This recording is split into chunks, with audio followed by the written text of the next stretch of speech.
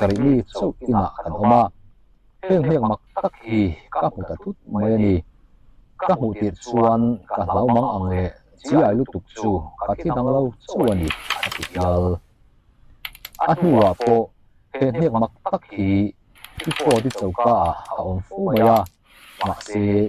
zoi zoin are hen ve le ta ani ana kum sang ka zakwa som sari paruk ogas ni nga khan voi khat chu miami khua joy waters chu arul he maya azumawa chuan octopus lai chevel chu a hmu ni in a soi tlapeka makti takin amit a han noi ngal thina a thil hmu chu alapa ngai rengai si a thian te la chuan azurui thil hmu suala an tur sak nia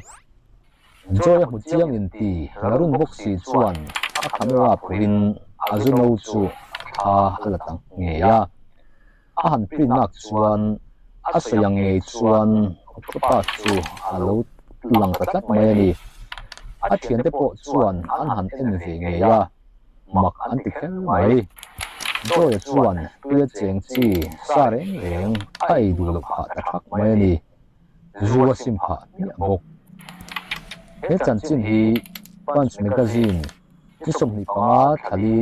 sangka zakwa som sari pariat ti suwa an pa lang he he ani hun thak te ziak tu an di ke zar zo liana khowela hian kan ngai buwa na kan